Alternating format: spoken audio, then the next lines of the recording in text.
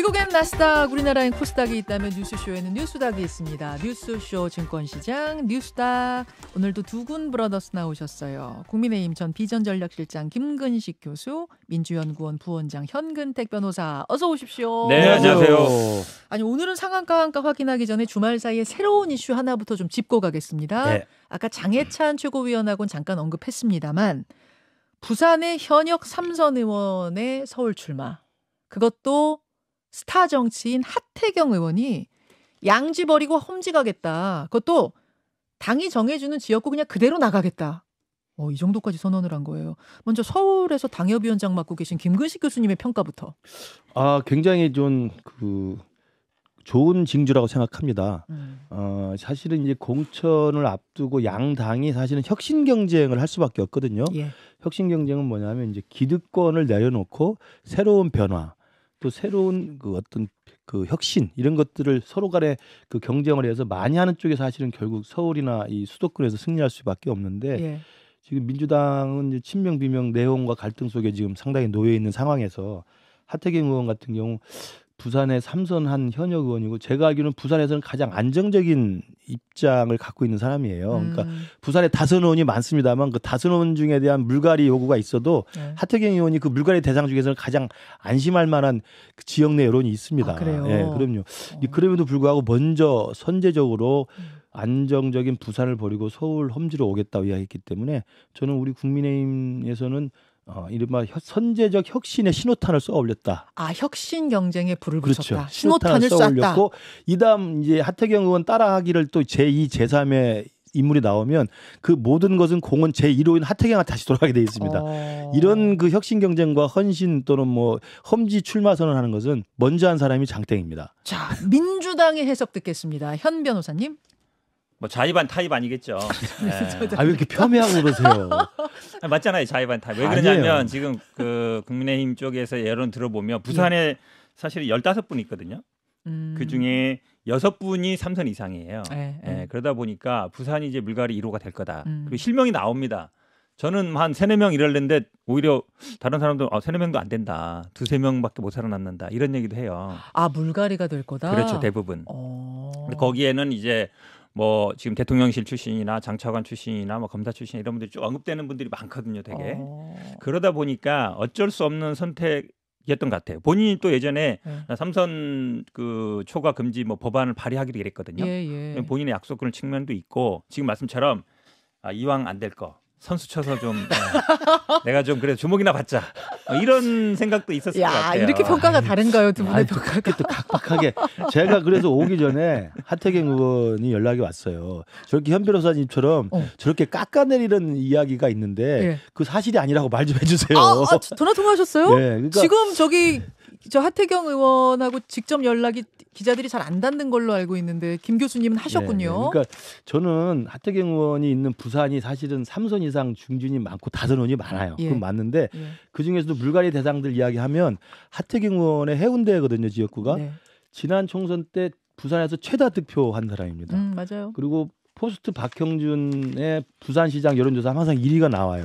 그 정도로 부산에서 여론이 좋고, 탄탄하다. 그럼요, 탄탄하고 여론이 탄탄하다. 좋고, 그다음에 당에서도 하태경 같은 존재는 보물 같은 존재지 이게 기득권 혁파라고 하는 이름으로 혁신의 대상이 될 사람은 아닐 수 있거든요. 근데 쓴소리는 되게 많이 하셨잖아요. 그렇죠. 그러니까 오히려 전체 선거에는 도움이 될 만한 사람이죠. 그렇기 때문에 잘릴 것 같으니까 먼저 치고 나갔다는 이야기는 너무 그 진정성을. 제가 그래서 아까 타입 아니었고 자의반 얘기할 거예요. 깎아내리는 거고. 그러니까 자의반 얘기할게요. 이제. 알겠어요. 자의반. 정리.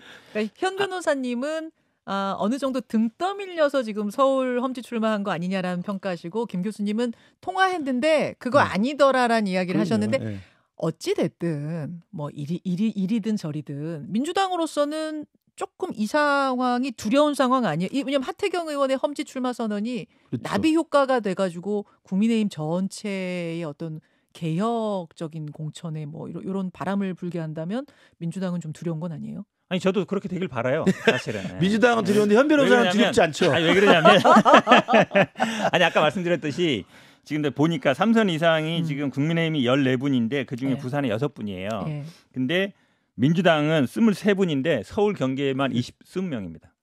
굉장히 몰려 있죠. 그러니까 근데 물갈이 바람이 제가 보기에도 그러니까 국민의힘이 그걸 치고 나갈 가능성이 있는 것 같아요.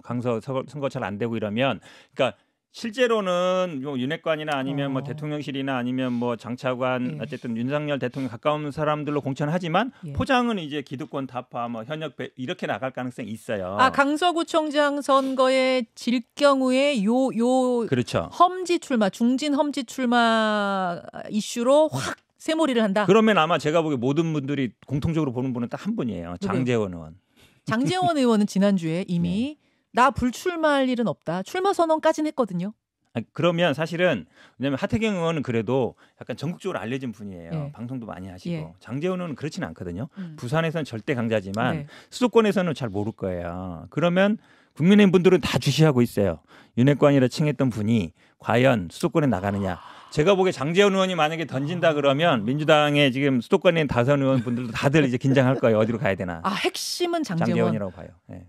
관전 포인트는 장제원 의원. 출마 선언까지는 했는데 어디로 나가? 저는 당연히 자기 지역구 나가는 줄 알았는데 아닐 수도 있다. 아니 그러면 사실 의미가 없죠. 왜냐하면 다른 분들이 안 따라갈 거기 때문에. 장제원 의원도 부산의 3선 의원이니까. 그러니까 부산의 다선 의원이 제일 많고 공교롭게도 사실 울산에 지금 김기현 당대표도 4선이에요. 그러네요. 그다음에 윤재호 원내대표도 대구의 3선인가 그렇습니다. 그러니까 사실은 전체 우리 국민의힘은 지도부가 사실은 이 개혁 공천 그다음에 중진 다선 의원들의 어떤 그 공천 혁신 이런 부분이 이제 바람이 불면 굉장히 큰 파장이 있을 겁니다. 그리고 이제 이게 수도권에 미치는 큰 효과가 있을 텐데 그만큼 사실은 어려운 과제이긴 합니다. 그 첫 번째 신호탄은 이제 하태경 의원이 먼저 깃발을 들고 꽂았기 때문에 따라갈 거라고 보세요, 다른 분들? 그건 이제 상황을 좀 봐야 되겠죠. 왜냐하면 하태경 의원 같은 경우 이제 서울에 와도 해볼만한 그런 정도의 정치적 그 지명도가 있는 사람이잖아요.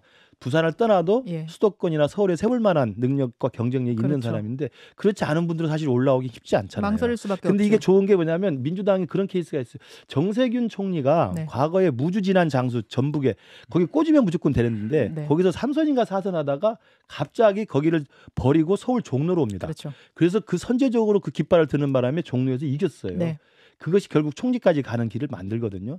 큰 꿈을 꾸고 큰 어떤 스텝을 밟아갈 사람이라면 그런 식의 좀 결단을 하는 것도 뭐 저 개인적으로 듣고 국민의힘을 위해서도 좋다고 내친 김에 하태경 의원 어느 지역구 나가는 게 좋다고 보세요? 그건 저도 뭐 여기 궁금해서 물어봤더니 그건 정해진 바가 없고요. 정해진 바 없다고는 하는데 추천해 주신다면 이 정도 가라. 저는 서울에 좀 승부처가 쉽지 않은 곳이기 때문에 서울에서 민주당하고 붙어가지고 해볼 만한 데는 가야 된다. 해볼 만하면서도 상징성 있는 곳. 무조건 죽는 데를 가서 안 된다. 무조건 죽는 아니 하태경 같이 좋은 자원이 무조건 죽는 데를 갈 필요 어디? 저는 그래서 지금 우리가 서울에서 해볼 만한다면 서초 강남 같은 본래 될 지역 말고는 한강 주변에 용산, 마포, 성동, 강동, 광진 뭐 이런 정도로 해볼 만하거든요. 이제 그런 정도 쪽에 양천 뭐 이런데. 정청래 의원 지역구 거기도 사지입니다. 사지예요. 그럼요. 격전지도 아니고 사지예요. 격전지 정도는 보내줘야지 하태경을 사지로 보내가지고 그 훌륭한 깃발 든 사람을 뭐 제가 그냥 하나 고를게요. 하나 해보세요. 왜냐하면 사실은 꼭 그런 건 아니지만 서울 지역에 보면 지역에 대학 연고 있는 분들이 많이 가요. 서대문에 연대 출신들 많이 가고 또 관악으로 보내려고. 그다음에 뭐 성동에 한양대 출신들 많이 가고 동대문에 고대나 뭐 경희대나 뭐 시립대에 있는 분들이 많이 있거든요. 서울대 나왔잖아요. 관악. 제가 보기 관악갑보다는 관악을. 거기 지금 누구세요? 관악을이 정태호. 관악갑은 이쪽 봉천동 쪽이고 관악을은 신림동 쪽이거든요. 관악을 가는 것도 죽으라는 겁니다. 왜 죽어요? 거기 서울대 나왔다고 되는 데가 아니에요. 거기 서울대 나온 사람 많이 관악을에 사는 유권자들이 서울대 출신들 0.1%도 아니 근데 아까 보니까 지금 뭐 큰 꿈을 꾸면 뭐 이렇게 서울로 가라고 보다 보니까 김기현 대표가 옛날에 막 대선 얘기하고 이랬거든요. 그래서 김기현 대표한테 말은 안 하지만 종로나 서울로 오십시오 이렇게 얘기하는 것 같아요. 그런 정도의 만약에 우리 김기현 제가 대표가 대신 대변해 준 거 맞죠? 결심을 하면 우리 당으로서는 굉장히 큰 힘을 받죠. 그러니까. 오케이. 재밌다. 김기현 대표 수도권 출마. 왜냐하면 공천을 앞두고 선거를 앞두면요. 정말 정치판이란 건 그런 식의 정말 그 재밌는 일들이 많이 일어날 겁니다. 제가 봐도 만약에 김기현 대표가 서울 수도권 출마 선언하면 이건 완전 대박 사건이에요. 엄청 큰 거. 가능성 몇 프로 보세요? 0%.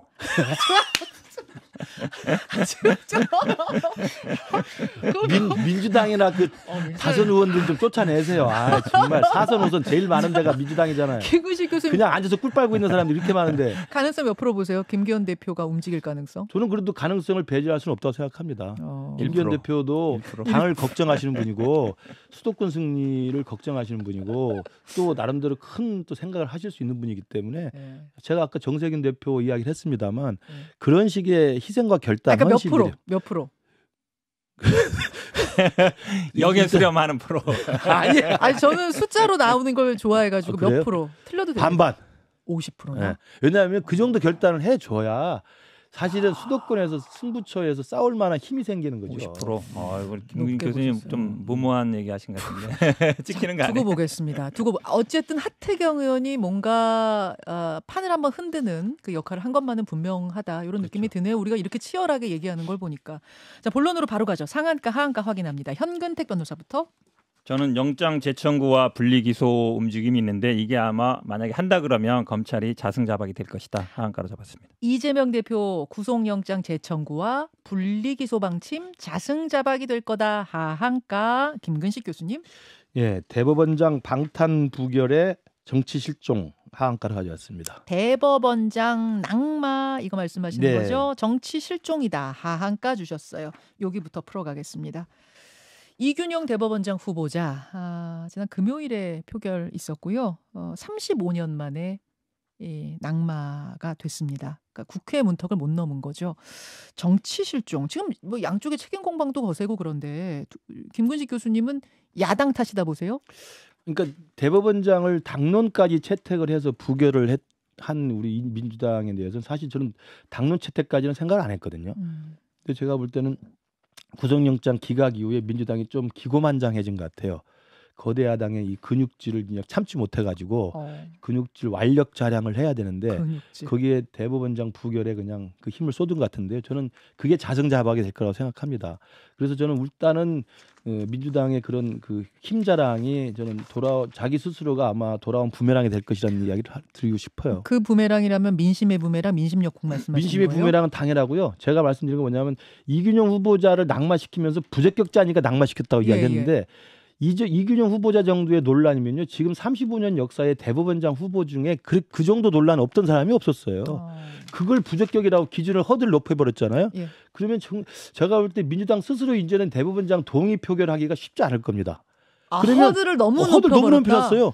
제가 김행 후보자를 이야기하면 좀 납득이 될 수도 있어요. 예. 그러나 이균용 후보자 정도를 가지고 지난 35년 동안 민주당 정권이든 우리 정권이든 대법원장 후보자 됐을 때 그런 정도의 논란이나 그 훈결 가지고 낙마시킨 전례가 없는데 이게 정말 부적격이다 해서 당론까지 채택했잖아요. 네. 그럼 다시 또 가결하거나 동의 표결하려면 민주당 스스로가 돌아올 길을 차단해버린 격이 돼본 거죠. 그러니까 대법원장 그 수장 공백 사태가 굉장히 장기화될 가능성이 좀 크다고 생각합니다. 그러면 무조건 민주당의 그 책임으로 돌아가죠. 현 변호사님. 저는 아마 김 교수님 발언 중에 허들을 높여놨다라는 발언이 제가 보기에는 아마 법원에 근무하는 직원들이나 판사들 보기에는 굉장히 좀 불쾌하게 들릴 거다 이렇게 보입니다. 왜 그러냐면 이분이 반은 이거잖아요. 주식 10억 되는 주식 비상장 주식 등록하는지 몰랐다. 이거 매년 보니까 수천만 원씩 받았어요. 그다음에 아들 김현장 인턴도 그냥 됐다 이런 얘기 하잖아요. 조국 장관 인턴 생각해 보세요. 아빠 찬스 당 나올 수밖에 없는 것이고. 법원 내 평가도 보면 계속 하위권이었다는 거예요. 법원 내에서 얘기하는 거 보면. 그다음에 48년이 건국이다 이런 얘기 해버리면 헌법 자체를 부정하는 거 아닙니까? 그 이외에도 여러 가지 논란이 있었는데 저는 말씀하신 것처럼 정치 실종은 맞다고 봐요. 정치 실종 맞다 보는데 그럼 그 원인이 어디서 나왔느냐. 예전에 김명수 대법관 지정할 때요. 문재인 대통령이 야당한테 막 협조를 구하고 설득하고 그랬어요. 그다음에 여당 대표도 야당 대표 만나서 설득하고 이번에 그런 작업이 전혀 없어요. 그러면 그냥 이런 약간 문제 있는 후보를 내고 그랬으면 대통령실이라든지 여당 대표가 야당한테 협조를 구해야 되니까 야당이 다수고. 근데 가만히 있다가 그냥 해줘. 안 됐어? 그러니까 나쁜 짓 했어. 이거잖아요. 전혀 설득할 생각조차도 없단 거예요. 그러니까 그 현상을 깰 사람이 누구냐. 대통령, 여당 대표 딱 두 사람이에요. 두 사람이 야당 대표를 만나서 설득을 해야죠. 이런 문제가 있지만 이렇게 해봅시다. 그럼 정치를 해야 되는데 그 정치를 안 하고 있는 거잖아요. 만나자고 했잖아요. 그 만나자고 했을 부분 때 만나죠. 저도 동의해요. 그러니까 제가 정치 실종도 하한가로 넣었던 이유는 예전에 보면 이제 총리 인준이라든지 대법원장 인준 같은 경우는 이제 야당의 동의를 받아야 되는 거기 때문에 막후에서 사실상 협상이 많이 이루어집니다.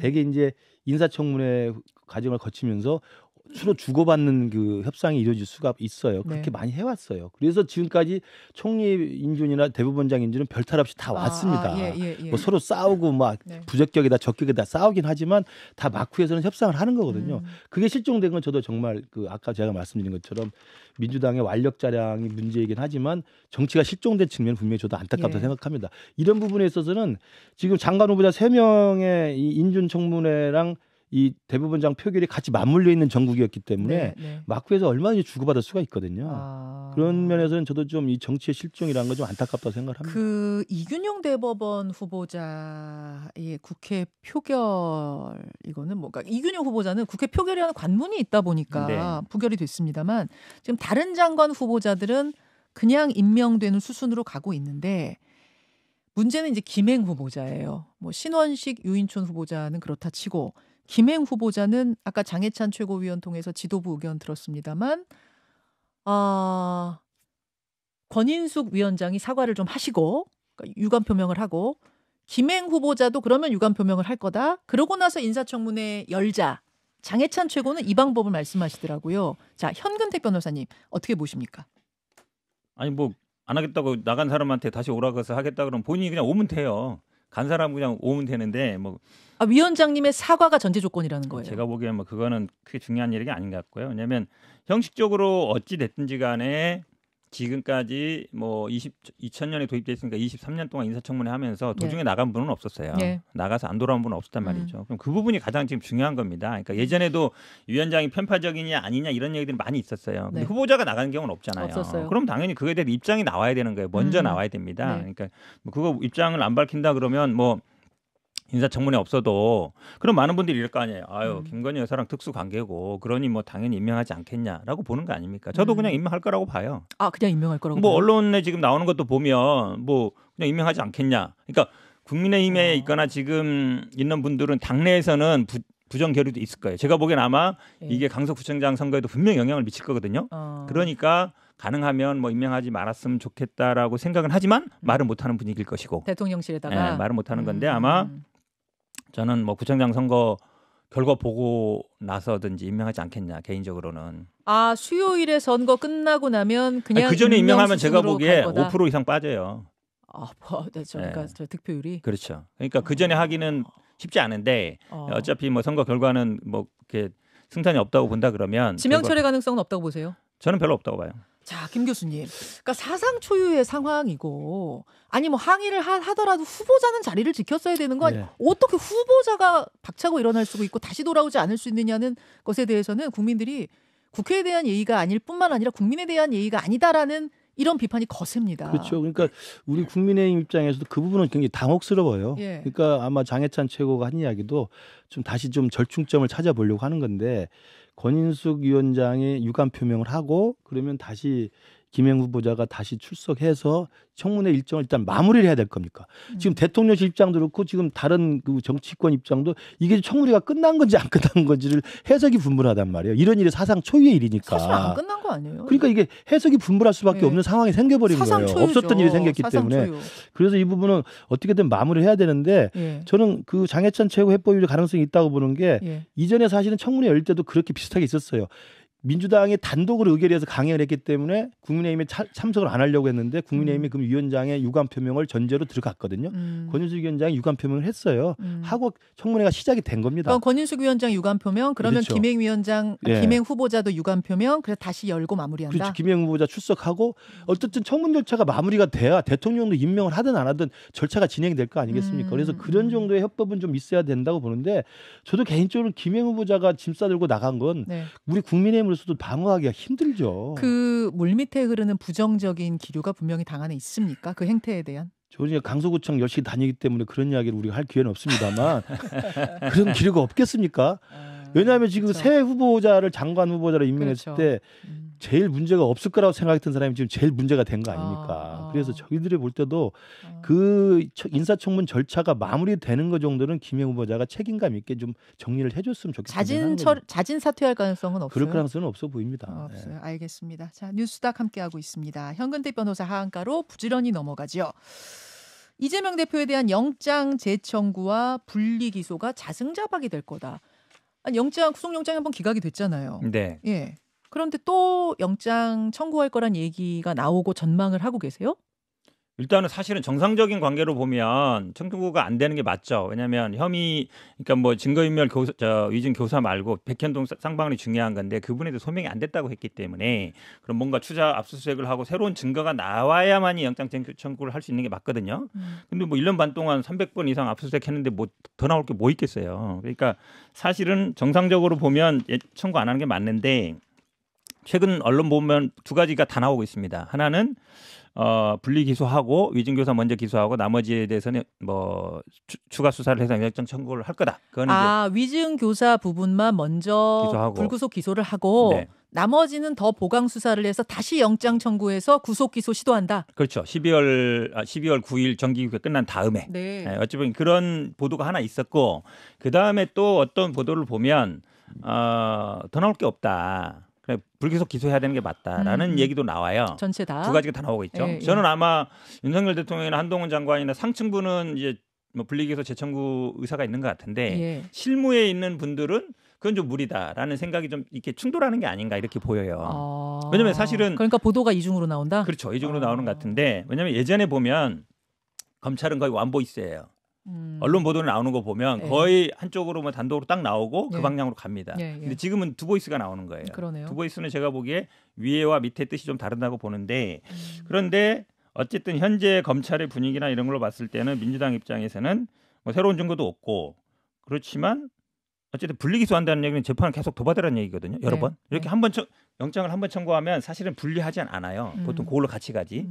근데 어쨌든 재판을 여러 번 받게 하고 그다음에 재청구는 하필이면 우리가 그전에는 회기 때 해주세요 그랬는데 비회기 때 하고 이번에는 아마 회기 좀 끝나면 비회기 때 할 거예요. 완전 청개구리 신본 거죠. 근데 그 가능성도 있지 않나 이렇게 보고 그것이 있습니다. 결국 자승자박이 될 거라는 말씀에 대한 김 교수님 평론 듣고 마무리하죠. 저는 그 영장 재청구할 가능성은 높지 않다고 봅니다. 그러니까 이게 그 12월 9일까지 정기국회가 진행이 되기 때문에 12월 9일 이후에 이제 그러면 청구를 해야 된다는 이야기인데 그건 사실은 총선이에요. 이제는 총선 국면이 시작되는 거고 각 당이 뭐 공천 준비하고 이렇게 해야 되기 때문에 그 국면에서 이 폭발력 강한 이 이슈를 또 영장을 재청구한다는 것은 제가 볼 때 굉장히 리스키한 거고 그렇기 때문에 영장을 재청할 가능성은 없고 아까 말씀하신 뭐 윤 대통령하고 한동훈 장관 이야기합니다만 상부에서도 그렇게 무리한 생각을 할 생각은 없다고 봅니다. 그냥 불구속 상태에서 재판을 계속 받는 이제 법원의 시간으로 가는 것이지 여기에 대해서 검찰이 다시 나서가지고 영장을 재청구하는 그런 위험한 일을 또 할 필요는 없다. 너무 리스키하다. 너무 위험성이 크다. 12월 9일 이후면은 사실은 국면이나 상황이나 전국의 상황을 봤을 때 도저히 영장 청구하기 쉽지 않아요. 우리가 상상 이상으로 항상 나오기 때문에 항상 일반적인 생각하는 거 이상으로 나오기 때문에 자, 그렇게 되면 정상인데 이제 법원의 시간이기 때문에 이제 이재명 대표는 일주일에 한 2번 이상씩 이제 법원에 나가서 그 당무보다 이제 피고인으로서 역할을 하시는데 충실하시면 됩니다. 두 분 한 5분 정도 오늘 괜찮으세요? 그러면 두 분과 함께 5분만 더 못다한 이야기들 주말 사이 이야기들 나눠보도록 하죠. 본방송은 여기서 인사드립니다. 고맙습니다. 예, 라디오 청취자들과 인사 나누고 유튜브로 5분만 더 가겠습니다. 내주신 두 분께 감사드립니다. 제가 사전에 두 분한테 5분 체크도 안 하고 이제는 그냥 5분 비워놓고 오시는 것 같아요. 예, 마지막 순서로 되면 대충 5분 비워놓고 옵니다. 진짜 진짜 고맙습니다. 아니 뭐 사실 오늘은 또 휴일이고 이래서 시간 뒤에 뭐 5분 아니라 뭐 50분도 됩니다. 또 끝나고 항상 우리 현 변호사 차로 제가 모셔다 드리고 항상 집에까지 데려다 주기 때문에. 와 진짜 우리가 미운정이 많이 들었어요. 현 변호사님 운전하고선 거기 그러니까 내려드리고 집으로 가시. 송파 지나서 제가 운전수예요. 저기 성남이니까. 와 차비 좀 내세요 그러면? 안 내요. 옛날에 밥 사주더니 요즘 밥도 안 사주고. 내일 사줄게. 내일 사줄게. 두 분이 그러니까 토론할 때는 치열하게 하시지만 또 나가서는 아유 집에 가시는 길이면 제가 모셔다 드리겠습니다. 아유 고맙습니다. 밥도 사. 이게 정치거든요. 그리고 너무 이게 착한 게 현 협치거든요. 변호사가 데려다줘도 대충 뭐 사거리나 전철역에 데려다주거든. 보통 사람들은 그렇죠. 집 앞에까지 데려다줍니다. 야. 한번 그러더니 계속 당연한 일이 돼가지고 이제는 안 데려다주면 이상한 모양이 됐어요. 그거 쉽지 않아요. 아 이거거든요. 그러니까 옛날에 정치인들이 그럼요. 막 정책 놓고 싸우고 뭐 토론 벌이고 나서도 사우나 가서는 또 풀고 그럼요. 거기에서 협상이 이루어지고 이게 너무나 자연스러운 건데 그 정치가 실종됐죠. 지금. 정치 실종에 실종 맞아요. 완전 실종. 네. 그 두 분은 그걸 이어가고 계시네요. 네. 바람직합니다. 아니 그래도 이 방송에서 하시는 분들은 네. 뭐 휴게 들어오기 나가기 전에 이런 얘기들 기회가 있잖아요. 예. 근데 요즘 아마 여의도 의원들은 예전에는 밥도 먹고 이래 뭐 대학 동문이나 뭐 고등학교 선후배면 이랬는데 그거조차도 이제 없는 것 같아요. 완전 없어졌다 그러니까요. 그러더라고요. 그러니까 유인태 총장님 같은 분들은 되게 안타까워하세요. 그렇지. 유인태 총장님은 여야 할 것 없이 진짜 그럼요. 두루 챙기는 분이시거든요. 여의도의 네. 낭만객 아닙니까? 마지막 낭만파. 그렇죠. 예, 유인태 총. 자 무슨 얘기하다. 아니 무슨 얘기를 좀 해보려고 그랬냐면은 이제 이재명 대표가 이재명 대표 얘기를 하다 끝났는데 6일에 지난 6일에 국회에 등원을 했어요. 깜짝 등원이었죠. 네. 아직 병상에 있는 상황에서 국회에 이균용 후보자 아마 표결을 하려고 이제 등판을 한 것 같은데 거기에서의 이 모습하고 그다음에 한동훈 장관이 주말에 아마 예술의 전당을 아마 간 모양이에요. 거기에서의 한동훈 장관의 모습이 약간 어떻게 보면 가십성이긴 한데 딱 이렇게 비교가 된다고 해야 되나? 이러면서 화제가 됐었어요. 이 얘기는 본방송에서는 안 했고 네. 유튜브로 잠깐만 해볼게요. 이재명 대표가 국회에 저렇게 나타나자 주변에 의원들이 막 모였는데 뭐 인사는 할 수 있습니다만 인사 정도가 아니라 같이 셀카도 찍고 이렇게 이거는 형 변호사님 국회에서도 보기 드문 표 아니 사실은 뭐 찍는 건 많이 있어요. 아 근데 그 전에 팩트 체크 하나. 예. 죄송합니다. 네. 사실은 대법원장 때문은 아니고 네. 특검법 때문에. 아 특검법이 때문에 오신 거예요? 180표가 넘어야 돼요. 대법원장은 과반이면 되는데 예. 한 표가 아쉬우니까 이제 오신 거고. 그렇군요. 예, 죄송합니다. 예. 예. 아. 근데 사실은 뭐 그래도 이재명 대표가 지금 이 영장 기각되면서 그리고 당내 그동안 뭐 비명계 이런 분들이 퇴진 뭐 그다음에 용퇴 뭐 이런 얘기 많이 있었는데 어쨌든 그 부분은 좀 이제 해소되지 않았나. 그러다 보니까 아마 의원들 입장에서는 반갑게 인사를 하고 뭐 사진 한 장 찍는 거 요즘은 뭐 어디 가나 셀카 많이 찍으니까요. 그래도 네. 의원들이 저렇게 모여서 셀카 한 장만 부탁하고 이게 쉽지 않은데. 저건 다른 거죠. 그러니까 영장 기각 이후에 이재명 체제가 총선까지 이제는 갈 거다. 법원의 시간이 지속되지만 법원이 총선까지는 1심도 나올 가능성이 없기 때문에 일단은 총선까지 이재명 체제의 리더십은 공고하게 진행될 거라는 현실 인식 속에서 많은 의원들이 이제 이재명 대표와의 친분 또 이재명 대표의 줄서기가 시작이 된 거죠. 아하. 그러니까 이 장면을 놓고 민주당 현 변호사님, 현근택 민주연구원 부원장의 해석은 그냥 훈훈한 것이다. 반면에 김근식 교수님은 줄서기가 시작된 거죠. 자, 그렇다면 이 장면은 어떻게 보실지 모르겠어요. 한동훈 법무부 장관이 예술의 전당에 런던 필하모닉인가요? 또 무슨 저 클래식 공연을 아마 간 모양이에요. 이렇게 막 운동화 신고 갔더라고. 근데 이거는 온라인 커뮤니티에 막 인증샷이 올라오면서 보도가 나오기 시작한 건데 한바탕 난리가 났대요. 막 사람들이 줄 서 갖고 사진 찍느냐고. 지금 셀카 찍어주고 뭐 이러는. 자, 김 교수님의 논평. 예. 저 셀럽은 정말 셀럽이죠. 주말에 사실은 문화생활 한 거 아닙니까? 뭐 그렇죠. 보기 좋은 모습이라고 생각하고요. 우리야 뭐 주말에 정신없이 지역구 챙기느라고 정신없습니다만 저렇게 문화생활을 하면서 풍성하게 좀 생활하는 게 좋은데 나타나자마자 모든 사람이 다 이렇게 찍고 또 줄 서서 셀카 찍으려고 하는 거잖아요. 그러니까 아까 이재명 대표 국회 나타났을 때 의원들이 셀카 찍는 거하고 한동훈 장관 저 예술전당에서 셀카 찍어달라고 요청하는 거 좀 다르죠. 저건 대중들의 그냥 있는 그대로의 어떤 지지와 어떤 응원 이런 것 같고요. 저는 한동훈 장관이 뭐 내년 총선에 어떤 역할을 할지 모르겠습니다만 우리 당의 소중한 자산이기 때문에 저와 더불어서 열심히 해주길 바랍니다. 저 인기를 확인한 거다. 그렇죠. 굉장히 훈훈한 장면이었다 이 말씀이시고 그렇죠. 현 변호사님 저건 논평? 욕할 계략이 없잖아요. 욕할 이유가 없잖아요. 아니 욕하려는 게 아니죠. 근데 이제 정치인이 어떤 행동을 할 때는 이유가 있어요. 제가 뭐 계속 방송에서 얘기하지만 지금 모든 뭐 한동훈 장관은 정치인으로 지금 볼 수밖에 없잖아요. 관료라기보다는 정치인이 어떤 행동을 할 때는 이유가 있는데 다른 건 없어요. 지금 다 총선.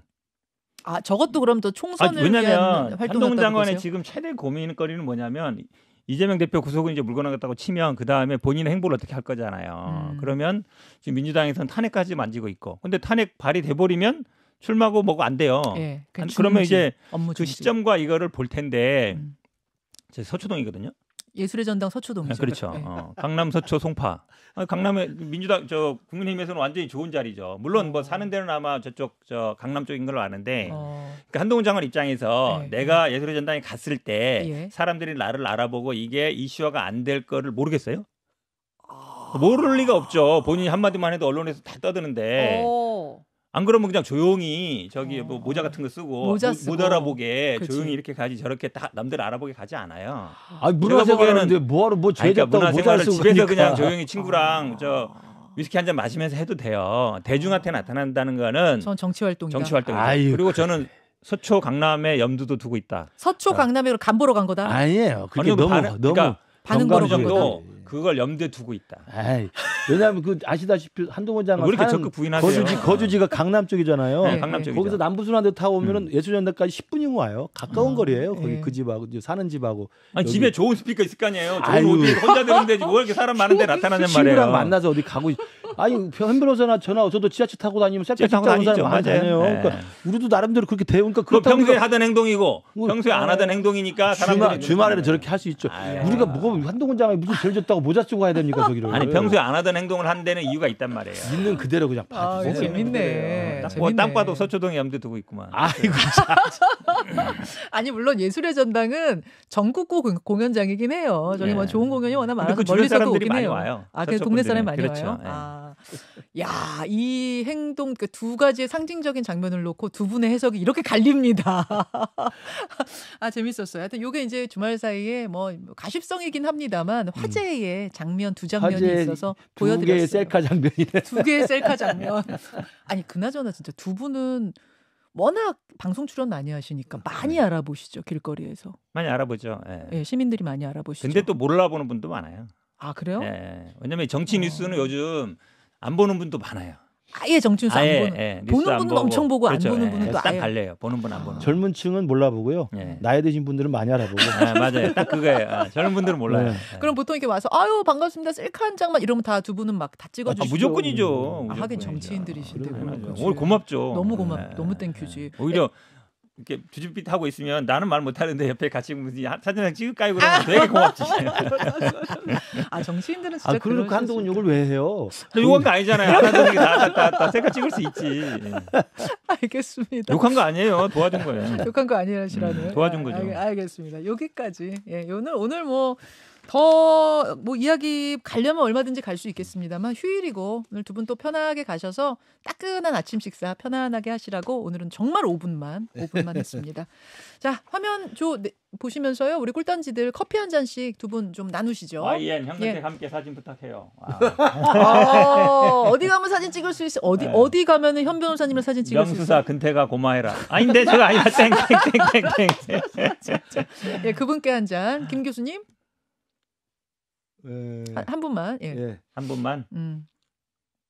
아까 현근택, 김근식 뭐 같이 나온 게 있었는데. 예. 자, 김근식이 최고. 구름바다. 아, 구름바다니 네, 김근식 최고. 네, 예, 김근식 최고. 예. 아까 현 변호사님 고르셨어요 한 분을? 골랐어요. 딱 찍으셨어요? YN인가 그랬어. YN님. YN. 아, 네. 오케이. 사진 찍고 싶으시다는 그분께 한 잔. 셀카 부탁한다는 분들 많이 계시네요. 예, 오늘도 재밌는 방송 감사합니다. 이용철님 그러셨고 김현정님 화이팅. 미숙고님. 아니 왜 이 얘기를 하는데 사례가 걸. 고미숙님 커피 한 잔. 예, 여기까지 하고요. 뭐 좋은 얘기들 많이 써주시네요. 여러분 이제 김근식, 현근택 두 분을 길거리에서 보시면 망설이지 마시고 셀카 부탁하시면 언제든지 찍어드린다는 거 홍보하면서 두 분과 인사 나누죠. 자 화면 각자 보시고요. 카메라 보시고요. 손 흔들 준비하시고요. 자 여러분 좋은 한글날 황금 연휴 보내십시오. 두 분과 함께 저도 여기서 인사드릴게요. 고맙습니다. 감사합니다. 고맙습니다. 고맙습니다. 김현정의 뉴스쇼는 시청자 여러분의 참여를 기다립니다. 구독과 좋아요, 댓글 잊지 않으셨죠? 알림 설정을 해두시면 평일 아침 7시 20분 실시간 라이브도 참여하실 수 있습니다.